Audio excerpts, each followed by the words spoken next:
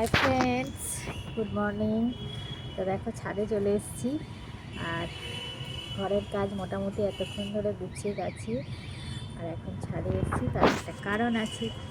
তো এখানে হচ্ছে একটা প্যাক বানিয়ে নিয়েছি, টক দই আছে, একটু অলিভ অয়েল আছে, সেরকম কিছুই নয়। এটা দিয়ে কী করবো জানো তো, মাসাজ করব মুখটাকে।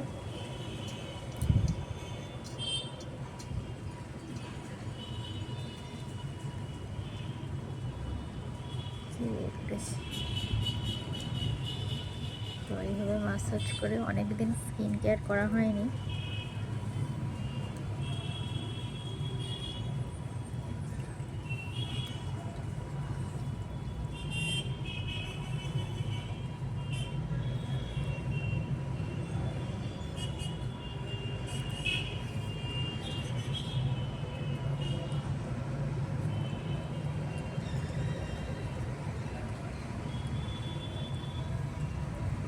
আজকে মাথাটা শ্যাম্পু করব।